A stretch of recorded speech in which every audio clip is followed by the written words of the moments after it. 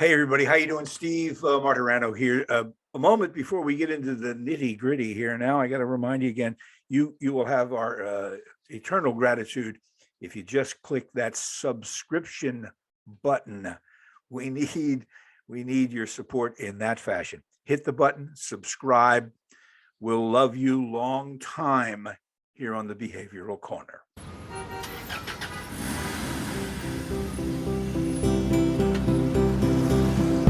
Hi and welcome. I'm Steve Martirano, and this is the Behavioral Corner. You're invited to hang with us as we discuss the ways we live today, the choices we make, the things we do, and how they affect our health and well-being. So you're on the corner, the Behavioral Corner. Please hang around a while. Hi, everybody. Welcome to the Behavioral Corner. It's me again, Steve Martirano. I hope you've found us by now. I hope you're enjoying it. For those of you who may just stumble upon it, what we do at the Behavioral Corner, we talk about everything. It is a podcast about everything because our purview is behavioral health. And I can't think of many things that you're doing or thinking or involved in that don't somehow or another wind up affecting your behavioral health. So that's what we do on the corner. And we're real fortunate because we run into very interesting people hanging out here. Behavioral Corner's brought to us with the great cooperation of our underwriting partners, Retreat Behavioral Health. You'll hear more about them straight ahead. I can't think of a better time of the year than the dog days of August to talk about our topic. Because if this were a Jerry Seinfeld episode, first of all, more people would be watching, but he would begin by going, "What's the big deal with people and their pets?" We're going to take a look at what we are generally calling the psychology of human-animal relationship. I'm fascinated by it. I'm not a pet owner. I confess that up front. I have been, but not currently. I have no prejudices against them, although I do observe their behavior, and I'm fascinated by it. I'm fascinated about that whole intersection.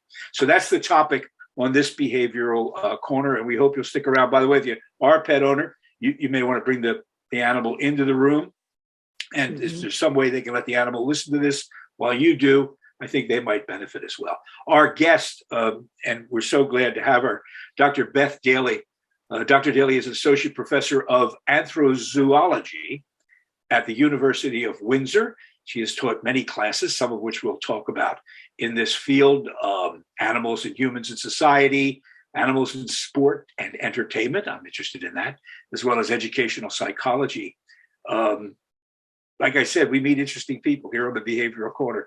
We have our first anthrozoologist. Dr. Daly, thanks for joining us. Well, thank you very much for having me. And my favorite course to teach, which I'm doing in the fall, is on the development of the dog-human relationship, on the history of canines and humans, and that's a really popular course as well. And we did one on zoos recently, so that's a lot of fun as well. Can I audit that course online? I would love to, yeah, because they're the most obvious example of this intersection. Right? Yeah. Dogs, and that's where I think most humans who come in contact with any kind of animal probably come in contact with dogs, with cats a close second, more than any others. That sounds like a great course. Can we begin? Can we begin with you telling us about anthrozoology, which is a field of study I wasn't familiar with? What are we talking about? Yeah, anthrozoology is the study of human-animal relationships. And as I think I mentioned to you in my note to you, it's relatively new in that it's become a really significant field. We have a group called the International Society of Anthrozoology, and that's a very active research organization made up of, mainly academics who are interested in studying all aspects of the human-animal relationship. And that organization has been around for about 30 years now. So, I mean, I say relatively new. It's sort of like religion, that would be considered really new. And it really has gained in not only popularity, but in respect as a research field. And one of the areas that is really lacking, and I've been very fortunate to have the support of my university, University of Windsor, to develop a program, because there are very few programs in which people can study anthrozoology. It's extremely interdisciplinary, multidisciplinary. So most of the anthrozoologists you meet have different backgrounds. I did a background in education. Oh, look who's here to visit, my little Paddington. My little Labrador has just come up to me. I did, my background is in educational psychology. Many colleagues are veterinarians, psychologists, biologists. I've come across several nurses who started off being interested in the field because of health and animals. Mm-hmm. So it's a really an interesting range of people. And so the challenge has been students come up to us and say, where can I study anthrozoology? And so we really need to develop this as a teaching topic. And I've been very fortunate to be able to do that at my university. As I said, we have a certificate program in University of Windsor in Ontario, Canada, and it's become really popular over the last few years since we've started this. Well, it's interesting because what we're talking about is the psychology or the intersection of human-animal relationships. That's something that's a very long history. And the idea that academia would just get around to making it a field of study is kind of interesting. I guess people just take it for granted that you love your pets, right? Yes, I'm glad you said that, because the truth is, going back, for instance, I'm a board member of the Detroit Zoo, which is a fabulous zoo. They are mostly animal rescues, and they really believe strongly in animal welfare first, which is not the case of all zoos.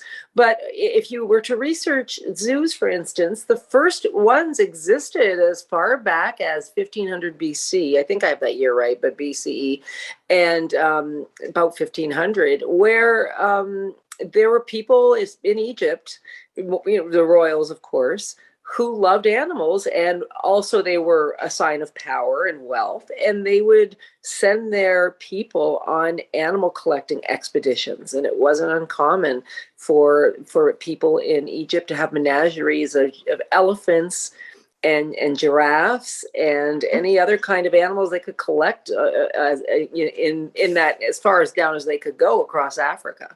It must have been an extraordinary experience that we'll never know, when civilization that long ago set out to, trade with other parts of the world that had never been discovered before. And people came back with stories of these beasts that they had never seen. And so naturally, if you're a person of influence like the pharaoh would be, he'd say, well, bring them back. What are we talking about? Right. And imagine trying to describe what an elephant looks like to somebody. Right. Exactly. And I know there's a myth about that, but there was I think it was in about 300 AD, where are we? No, BCE, you can tell my age, right? And BC, current era, is that yes, it? Before the current era, right? Yeah, and the first person, oh my goodness, and I forget his name, Matthew. It's got the name Matthew in it. Drew an elephant, and that drawing is the first picture of an elephant anyone had ever seen. And again, we're going back thousands of years. Yeah. And now going into my favorite animal, the dog. Boy, that relationship, if you're to jump over to the study of biology and canine genetics, the research going on right now to try and trace humans back to the first development of canines, of domesticated dogs, mm-hmm. The research field is blowing up right now. There is so much hardcore, serious research going on, debating when dogs first existed, what their mm-hmm. original origins was. Was it in Asia? Was it in Europe? Did they split off? It's fascinating. Yeah, it's absolutely fascinating. It really is. Before we get into some of the different categories and of relationships that you and I have talked about before the show here, I want to just take a moment to talk about domestication. Mm-hmm. What were the first animals domesticated? The first animals domesticated was it the dog? Oh, now you're putting me on the spot. I always want to say the dog, but no, farm animals would have come first. Right. But I haven't studied farm animals to much extent because I've studied the dog. But of course, the dog has been around for 15,000 years, and the dog is the first domesticated pet that we've had. That obviously, domesticated. That's a different category. That's a different category because that's a different category. Yeah, But I stress this because people forget that farm animals are considered domesticates, and it's anything that we have that wouldn't be around if it weren't for humans. Mm-hmm. So, well, are they? Let me stop you. That's why I asked this question. I mean, is a chicken is not domesticated? It's just it's just easily controlled, right? There are domesticated chickens because they're the ones that we raise. But there are certain types of chickens that are wild, and there are certain types of chickens that are domesticated. Broiler chickens are domesticated chickens. But if you go back to the question that you asked me, dogs wouldn't. The debate about dog domestication is that if humans hadn't settled, and they settled as a result of being able to farm, and that's when they started domesticating pigs and cows, dogs. By the dominant theory that dogs started hanging around, and you and I share stories about that the other day, dogs wouldn't exist. Yeah. So the very idea that also, and my joke is when horses and cows kind of catch on that they're bigger than us, it's game over. Because there's a lot of them. Here's what I've always thought. I'm sure horses must sit around at night and go, and when talking about dogs, and say to themselves, man's best friend. Why in God's name would they be man's best friends? I'm pulling plows. I'm carrying them around for the thousands of years. And all they do is lay on the sunny side of the sidewalk and get fed. And they're man's best friend. Yeah, they must be very jealous. I asked the question about domestication because just a sidebar for me.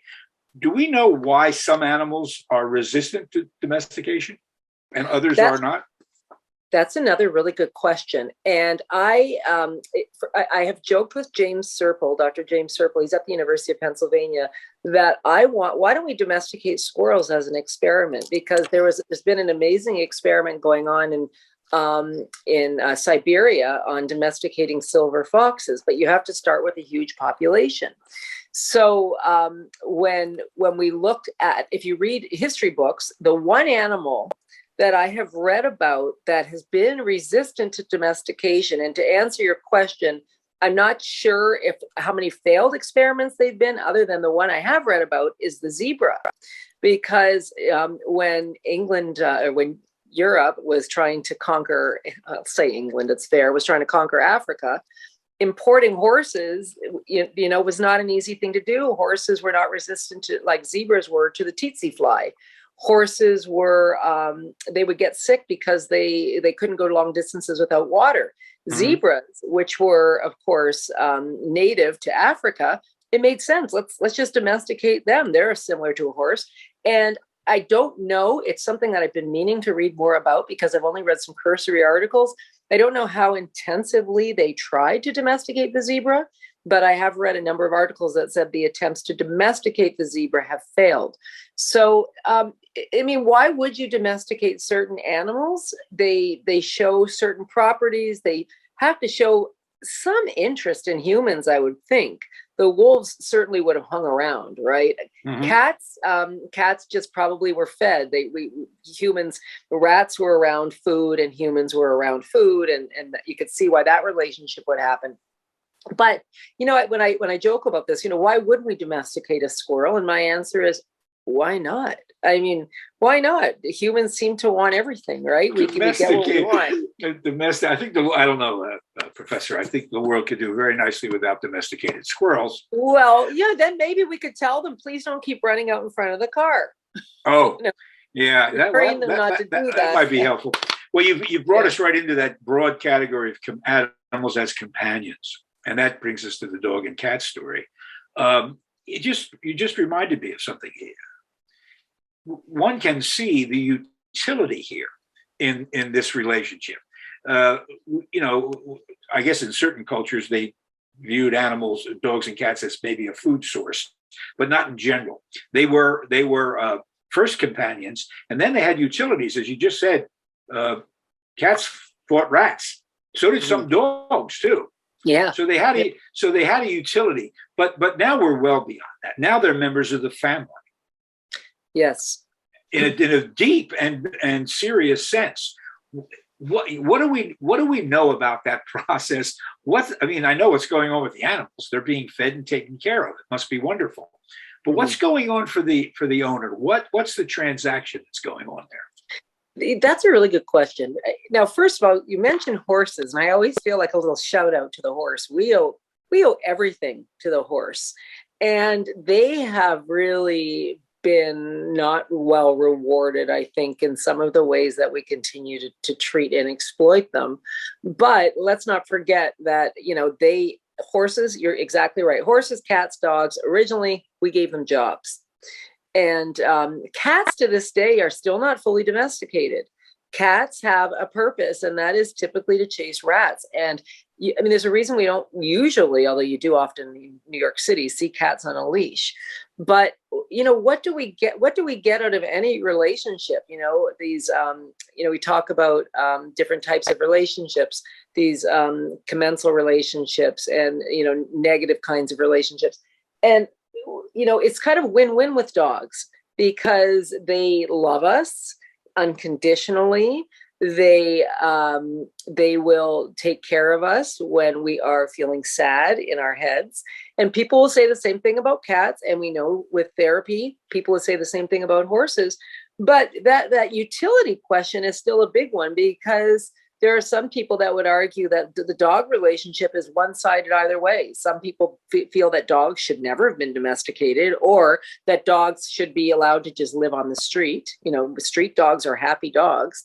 But on the other hand, what do we get out of it? They get fed. We raise their children, and it's really. But on the other hand, my dog is everything to me. I found a stray dog the other day in front of my house, and I posted in our neighborhood watch group or discussion group that I'd found this dog, and I mentioned this to you. Since the dog was rehome, his owner, who just sent me a gorgeous bouquet of flowers. Oh, nice. Yeah, he was an old dog, and she was just terrified that when he was missing. But I am still getting likes and thank you on the discussion group.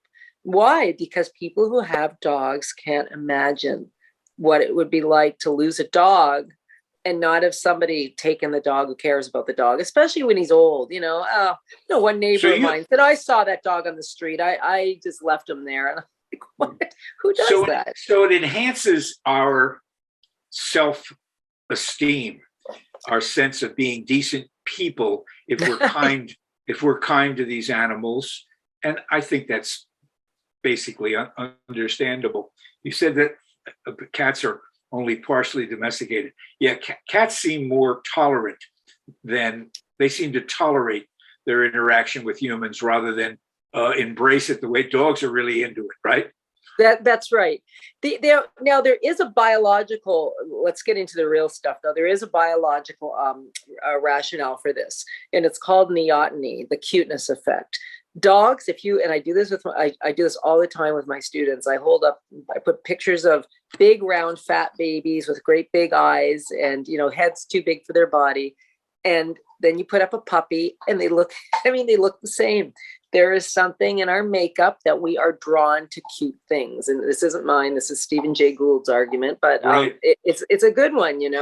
We are inherently programmed to raise babies and to take care of babies.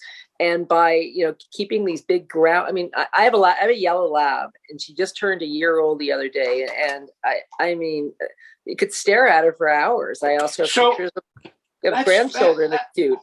That's fascinating. So what is the term you use to characterize neoteny? Neoteny. Yeah, the cuteness effect. That big eyes. Mickey Mouse. Mickey Mouse is the example that Stephen Jay Gould uses.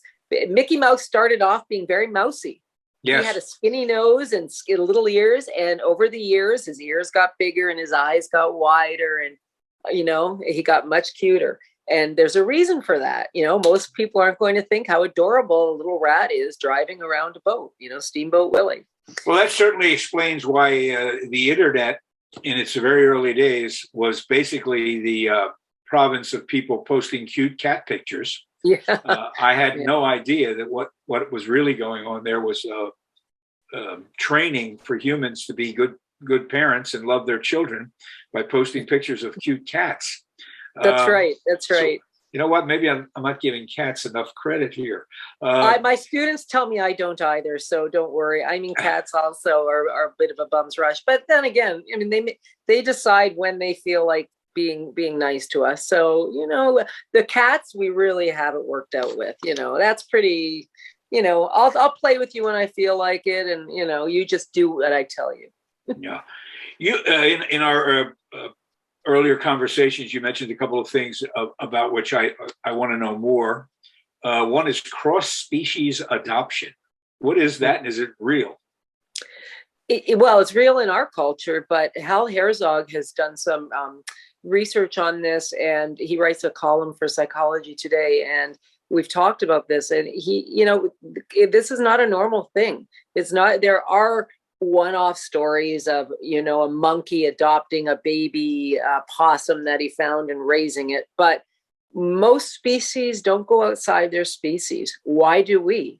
What is it about them? And again, I would say to anybody, if you are walking down the street, how often do you ignore somebody who walks by you with a new puppy? I mean, oh, what's your puppy's name? And you just go, I just went through a year with a new puppy. And if you want to feel like a beaming, proud parent, bring your puppy out. So this idea of cross-species adoption, it's innately human. And we do it. And I think it's because those, and there are a number of arguments. I don't happen to have children, but there are people with children who still love dogs. But we did a research paper several years ago on replacing the exact same scenario. If you discovered a baby is being abused, you discover a puppy is being abused, and who responded more? People with parents were more enraged about the baby being abused. People who had dogs were more enraged about the puppy being abused.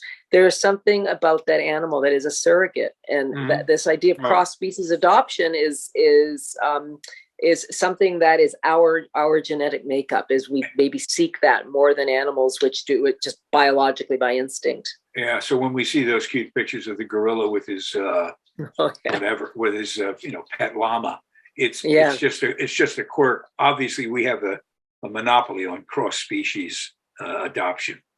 Let's move into a couple of other areas. By the way, backing up, Gould reminded me of the reference to Gould reminded me of that. I don't know whether it's his work or others, where they put the bunny, a model of a bunny, cute bunny, on a road, and then recorded drivers swerving to avoid hitting it uniformly. And then they would put a snake out under the same circumstances and watch people deliberately try to run the snake over.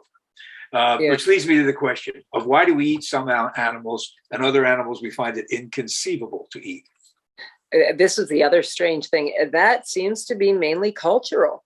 In some Asian countries, dog dropped her bone. Well, he heard eat animals and got excited. Sorry, Paddington. Yeah, and of course she stretched out on the sofa where we said she would never be. Yeah. So in Asia they eat cats and dogs, and in India, the idea of eating cows in many parts of India is abhorrent. Coming here, I think the idea of eating a dog and cat is alarmingly disturbing to most people. Yet there's a history of eating horse. I mean, horse is spread across many countries. To this day, you can still buy horse in Quebec, the Quebec supermarkets. But there are certain cultures that never ate horse. In Europe, England wouldn't eat horses, whereas France, it was the delicacy. And so this seems to be largely cultural. And there are things. Culture, religion as well. Religious prohibitions. Religion, yes, also. Yes. Thank you. That culture and religion. But I mean, this new thing of eating crickets. I mean, you can buy crickets now in health food stores, and it's in dog food. It's not high on my list either. Well, that's that crowd that won't eat meat, so they're looking to eat anything else they can get their hands on. Doesn't count. It's a cricket. So this prohibition on eating certain animals and not others, it's just a learned and shared trait among cultures. Probably, I think it is. And a lot of people, the other question I'm asked all the time, we're not humans, any vegetarian will tell you we're not supposed to eat meat. Well, we probably are. Our teeth would indicate that we are. But if we go back to our ancestors, the man or the hunter would go out for a hunt, come back with maybe a little rabbit or a little piece of meat that would sustain the family for a week. And the rest of the time, the women were probably out picking and growing in the garden. And so we probably ate meat, like my parents did once a week. And we've now become a culture that is eating meat 3 times a day. We're destroying the environment because, as I'm sure you know, the environment is related to the way we're raising large animals. And if you look at that number of how many large animals are going to be consumed as developing nations, the global south becomes more wealthy. It's alarming. And we have a real problem with meat eating. And not because I object to the abuse of animals, which I do. I would call myself a humane vegetarian. But we need to really reconsider what we're doing and how much meat we're eating.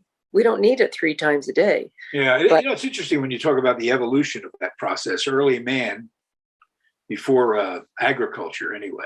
Still, I mean, if we were inclined not to eat meat, why were they chasing the hardest animals to catch when they could have been eating, berries and fruit hanging from trees or grass? But obviously we needed the protein, the larger brains. So that we could invent the wheel and then farming. But I do understand what you're talking about is industrial food production there's a cost to that, just like there is industrial power. We want electricity, and there's a price to pay for that. But this notion of it's okay to eat. I'm surprised there are any chickens left in the world, given how many chickens are consumed just on Super Bowl weekend. It's unbelievable. Oh, yeah. And you and I talked about this the other day, and I have a different take on it. There are so many chickens, they should be free because they're almost one of those, the invasion of the locusts. There are so many chickens. They are so easy to breed that we're practically growing fake animals. And it is so disturbing because chickens are sentient animals. Chicken feel pain. And it's so disturbing to me when I read that Super Bowl Sunday. And I think that should be, 750 million chicken wings consumed on Super Bowl Sunday. And I'm thinking that's supposed to be a negative, but no, they're like, that's kind of this fun story. And I'm thinking, okay, so double that, that's 1.5 billion chickens that were one day. So the idea that there are any left tells you that there must be something to them, that they must be really easy to grow. And the chicken is the first meat that I stopped eating ethically. I just couldn't do it. I would literally be staring at that plate. And as soon as I started, Jeremy Bentham in the 1700s said, it's not, the question is not whether they can suffer.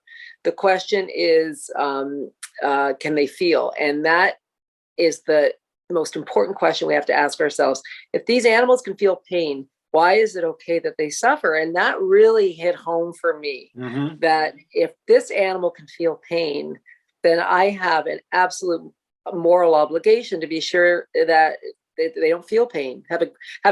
I've done a 180. I grew up an animal lover. Oh, hunters must be horrible people. Actually, if we loved meat, we'd hunt ourselves. Animals have a great life. They have one bad day, boom, and it's over. But they're free. They're doing what they should do. If we all did that, when we think about eating meat, I think we'd see a real change if we just get our heads around what it is we're doing to these animals. And I try and say that really objectively. I don't want to sound like an animal rights nut. But when I think, I had a horrible accident a number of years ago. So I understand, and I'm fine now, but I understand suffering. And many people understand suffering. Why? And if an animal suffers the same way we do, why is that okay to inflict on another being? It's not okay, but because they don't speak. That's exactly it. They don't speak. Yeah. They have no language. Our guest is Dr. Beth Daly, Associate Professor of Anthrozoology at the University of Windsor. And we're talking about a lot about animals and our relationship with them. Her field of study is anthrozoology, which is the psychology of human-animal relationships. We've now moved into the kind of ethical realm. We are surrounded by a lot of very strong feelings about that. The ethics of eating animals, for one thing, the ethics of mass producing them for consumption. You said you're on the board of directors of the zoo in Detroit. Yeah. No, you have no ethical problems with with animals in captivity for exhibition. I have huge problems with animals in captivities for exhibition.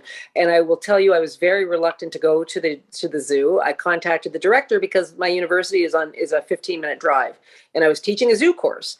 And he came and spoke to my students, and I said, I have to tell you, I haven't been back to the zoo because when I taught elementary school, I saw somebody making the elephant do tricks for peanuts, and I wouldn't let my students watch. I taught grade 2. And he said, no, you need to come back. The Detroit Zoo was the first zoo in the country to realize that there is now evidence that shows elephants should not be in captivity. And they were under great scrutiny negatively. They almost lost their accreditation with the Association of Zoos and Aquariums because they decided they were going to surrender their elephants to a sanctuary. So they did that, and their attendance skyrocketed, and they've consistently done that. Most of the animals at the Detroit Zoo are rescues. They can't be rehomed. They were nuisance bears, for instance, that were going to be euthanized, so they were sent to the zoo. And their philosophy is they will not have any animal in captivity that does not thrive in captivity. They also have a huge animal welfare center. Most zoos are not like that. And so I never would be on the board of a zoo that I was not so proud of. And I really say that with sincerity because, I really believe that, I need to walk the walk and talk the talk. It's easy. Sure. I don't want to be, so I try and be really open and consistent about that. But I've been I'm so impressed with what I see with the ethics of the zoo. There's now talk of no longer having birds, because we have birds that don't fly, that can't fly, obviously, because their wings are pinioned or clipped. But it looks like now the decision has been made that when these birds are gone, there are not going to be any more birds, unless somebody says this bird is injured, which is what they did with the seals. All the seals are seals that are either couldn't be released, or they maybe have eye infections. I've seen them line up for their little eye drops, so they need to be in captivity to thrive. And so I'm very proud of the work Detroit Zoo has done on that. And there are probably other zoos, but I'll tell you, I've seen, and certainly will not go to the other extreme. There are a lot of zoos that are not good zoos. And especially roadside zoos, don't forget about it. Yeah. Well, we do this program in the Philadelphia area. We have, I think, the oldest zoo in the country. The first zoo was in Philadelphia. Yes, they taught a zoo course. Yes. Finally, I want to take some time here at the end here, because I don't want to keep you much longer. Talk about animals in a therapeutic context. We know all about, from the first time you see a seeing eye dog, you understand that there's a real benefit in service for that person who's sightless, for this animal to help them around. But we've gone well beyond that. The first time I really began to take a hard look at support animals was when it became apparent that people were taking advantage of this on airplanes and deciding, because of the ADA Act, the Disability Act, and you heard the stories, miniature horses. They're actually excellent service animals because they live for 25 years. So the horses are the one area that I think I'm a big advocate of the horses because they are domesticated. Until you sit in the middle again on an airplane with one of them. Here's what I hear. Look, we all know, we've all seen not evidence, but we've seen the example of dogs and the joy they bring to elderly people in nursing facilities. They're used across a wide range of psychiatric treatments. They use a lot of animals in this. My question to you is there evidence that this stuff is working, or is this all just a kind of feel-good myth that animals can be therapeutic? Yeah, there's not really hard evidence. And let's separate. There's working dogs, which are service dogs. There are therapeutic dogs, which are the dogs that, you're describing when we visit people in hospitals, or they bring joy to people. And then we have the emotional support dogs, which is the one that we're so abused. I mean, we abuse the practice so badly that airlines have all changed their policies in the last year because it was getting ridiculous. And I think that's a good thing, but it's too bad for people who I guess felt like they needed it. But let's talk about the research, because especially in the area of PTSD. I'm glad you mentioned that the ADA, the Americans with Disability Act, has changed so that they added veterans who have PTSD. It may have their support animals. And I will say that I think sometimes just being in a certain position should afford you a little bit of a break. So I think anybody who served their country and wants to take an animal on a plane should be allowed to take an animal on a plane, if it makes them feel better. That I will say. I think that veterans should always be afforded a little bit extra courtesy. But that being said, think of Linus and his blanket. Think of people who eat for when they get stressed out. There are things that make us feel better. So this idea of emotional support dog makes logical sense, or any kind of animal. But if you look at the research, and I was doing that this week, there still if I want to say no, but I'll say there are very few, because I've not been able to find any other than a recent one that Maggie O'Hare did at Purdue University. There are very few, if no, longitudinal studies that show that the effects are lasting. They're doing a lot of research right now with veterans who are working with horses to help alleviate their PTSD. But this was after a 6-week program. Yes, there was improvement in some of the cases. But what happened 2 years later when they were no longer working with the horses? So they do a 6-week intervention, then they go home, they feel better. Well, and I think I said this to you, what if you gave them a convertible to drive? What if you gave them a month, a month at a condo in Hawaii or on the beach or something? So sometimes we don't know what the cause is. Is it the change of the situation? So the problem with a lot of these studies is, sure, intuitively we think animals are great for us because we feel good, but there's a lot of evidence that, and Dr. Herzog has done this, there's a lot of research that shows that we can have negative effects too. I mean, I had a very debilitating accident on my horse. So I fell off my horse and had a terrible accident when I was just pleasure riding. People worry a great deal about their animals when their animals are sick. People anthropomorphize so much, meaning that we think like the animal. Sometimes people who have they're stressed out themselves, they will now associate that stress with the animal and worry so much that it becomes a debilitating worry, the same way you might worry about your children. So there's always you could always find anecdotal research, and it usually is anecdotal. It's usually newspapers or pet food companies. We know pets are great for us. Well, we do, but if we were to delve into the research, and this is why it feels like Anthrozoology are so important, we need to see real research. And I think right now more than ever, boy, we need science to show what it really does. There is truth. That's why I'm so glad that you were recommended to me, Beth Daly. I appreciate that a lot. Anthrozoologist. My first experience with an anthrozoologist.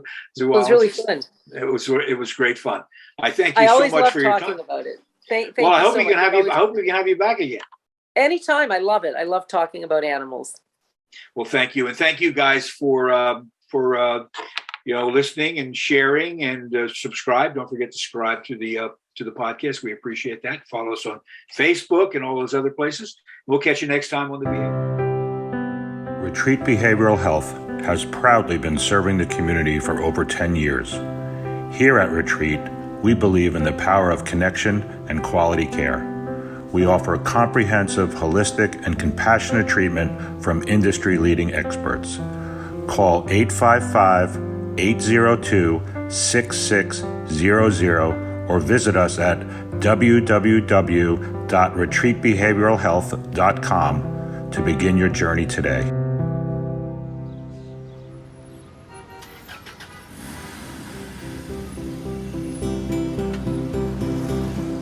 That's it for now. And make us a habit, hanging out at the Behavioral Corner. And when we're not hanging, follow us on Facebook, Instagram, and Twitter on the Behavioral Corner.